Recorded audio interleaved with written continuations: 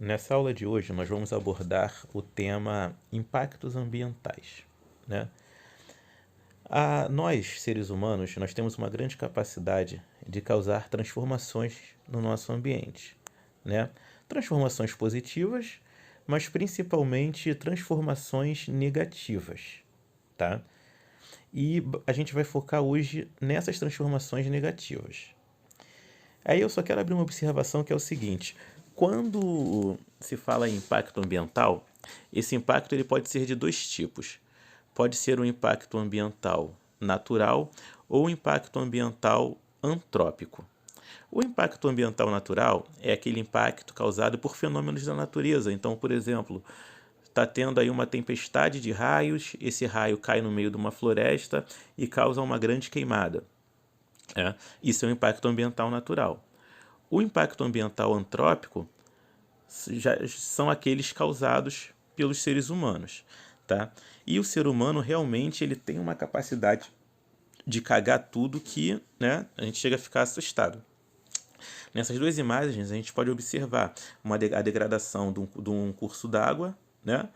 E também como que o processo de urbanização acaba com toda a área verde que a gente possui, tá?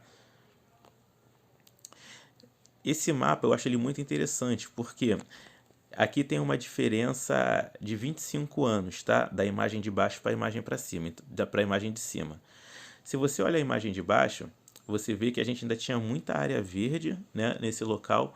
E aí quando a gente migra para a imagem de cima, a gente vê que o processo de urbanização detonou toda aquela cobertura vegetal, né? A gente vai falar, o desmatamento é uma das formas de se causar uma grande devastação de uma vez só, tá? Então você tem uma grande área verde, e aí toda essa área ela é derrubada, né? E para isso tem N motivos, né? Mas principalmente agricultura, né? Então você precisa de área de plantio, então você vai lá e detona toda aquela mata nativa. Pecuária também, para você poder fazer pasto para o gado, né? E sim, acreditem, se desmata é normal, né? Você desmatar áreas verdes, florestas, locais lindos para você poder botar o seu gado lá para se alimentar. Áreas para moradia também, ou seja, se você tem esses empreendimentos aí, então, quer construir um prédio, quer construir uma casa, então o cara vai lá, devasta aquela área, né, para poder fazer sua construção. A gente tem observado muito isso nos últimos tempos, né, nas reportagens, focando ali naquela área da Muzema, a Zona Oeste em peso, então isso acontece, Campo Grande, Realengo, que você ainda tem muita área de Mata Atlântica, né, ocorrer essas devastações para poder focar nas construções. Galera que mexe também com madeira, os madeireiros, né? Eles também eles causam devastações, mas para poder pegar a madeira e vender, né? Porque dependendo do tipo de madeira, ela tem um alto valor comercial. A gente consegue observar nessa área, né? E aqui eu gosto dessa porque é um espaço muito curto de tempo, né? Então a imagem da esquerda, essa foto foi tirada em novembro de 2018, né? Já a foto da direita é da mesma área e foi tirada em março de 2019. Então você tem aí basicamente 4 meses, né? Então você consegue observar toda a devastação que ocorreu naquela área. Ela foi totalmente desmatada. Uma outra forma de impacto ambiental é a degradação do solo, né? E isso pode ser feito de algumas maneiras. Então, a principal delas, as queimadas, as grandes queimadas, né? Em 2019 a gente acompanhou aí aquela tristeza na Amazônia, né? Na Austrália também, agora 2019, 2020. Então, e a queimada, ela causa malefícios assim que a área demora muito para se recuperar, tá? Então você tem o empobrecimento do solo, né? Que por quê? Porque você vai ter os resíduos orgânicos ali, né, que vão ser transformados em inorgânicos. Então, isso vai causar um empobrecimento desse solo. Um aumento da erosão, porque se você arranca aquela cobertura vegetal, né, é ela que mantém o solo compactado. Então, quando você a retira, esse solo ele vai ficando mais solto, né? E aí fenômenos como chuva, vento, começam a retirar aquele solo ali do lugar. Então a erosão aumenta.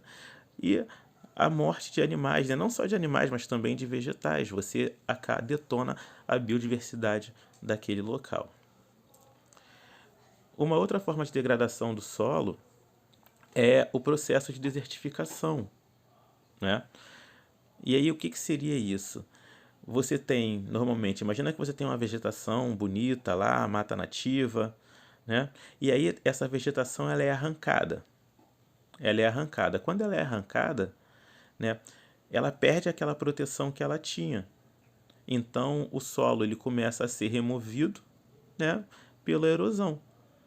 E aí com o tempo, né, leva algum tempo, leva alguns anos, 10, 20, 30 anos, né, 40, depende, décadas, né? A todo aquele solo que já foi totalmente fértil, ele se torna um terreno arenoso e improdutivo. E aí passa a não servir para mais nada.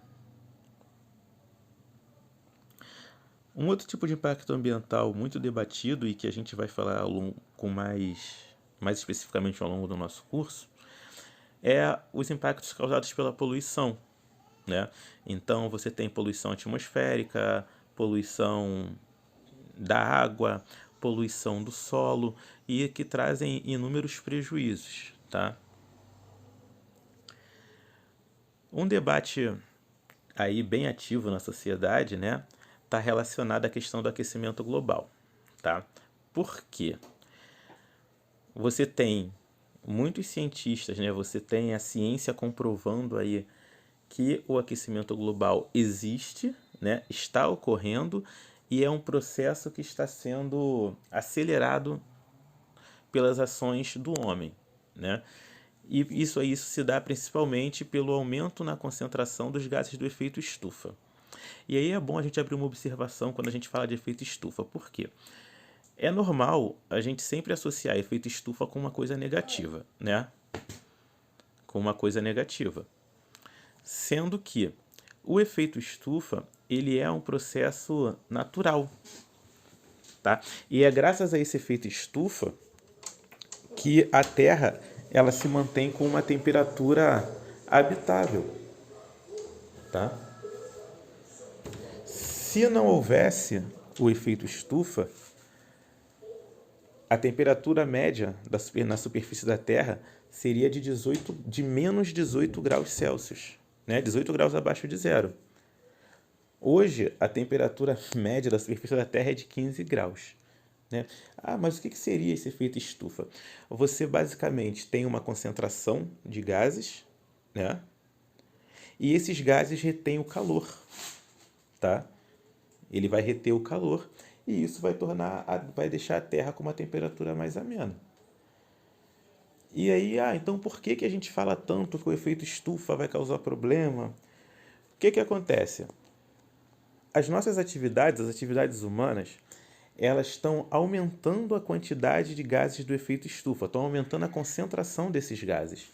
E aí assim, pensa, física básica, se você aumenta a concentração de gases, você vai aumentar a retenção de calor. Se você aumenta a retenção de calor, a tendência é que a superfície da Terra fique mais quente, né? Ah, mas teve um político aí que gravou um vídeo mostrando que estava nevando em determinado local, e aí ele questionou como poderia existir aquecimento global se estava nevando. Né? Vamos respirar fundo nesse momento, não vamos chamar a pessoa amiguinho de burro mentalmente. Mas um dos efeitos do aquecimento global, mesmo o nome sendo aquecimento, é a intensificação, né, dos eventos climáticos. Então, o que é isso? Locais muito quentes tendem a ficar mais quentes ainda, alô Bangu, né? Realengo, Campo Grande, e locais muito frios tendem a ficar mais frios ainda, tá? A gente chama isso de extremos climáticos. E assim, as consequências do aquecimento global, elas já são vistas, né? Aumento da temperatura da água do mar, derretimento das calotas polares, né? Você também, a intensificação na quantidade de furacões aí, né? Estados Unidos tem sofrido muito com isso. Então, assim, cara, contra a ciência, ela trabalha com fatos. Achismo não é ciência. Então não adianta um cara falar para você só que, eu estou aqui olhando isso. Ele tem que ter dados para poder refutar isso, né? A ciência não é uma verdade absoluta, né? A ciência ela é transitória. Às vezes o que a ciência hoje diz que é assim, depois de um tempo vai descobrir que é de outra forma. Só que para isso tem que ser apresentados fatos, né? Então tem que ter estudos que demonstrem que aquilo realmente funciona daquela maneira, tá? Então achismo não dá para você passar a encarar alguma coisa como verdade porque alguém acha, né? A gente pode olhar aí para essa crise que a gente está vivendo em relação ao novo coronavírus.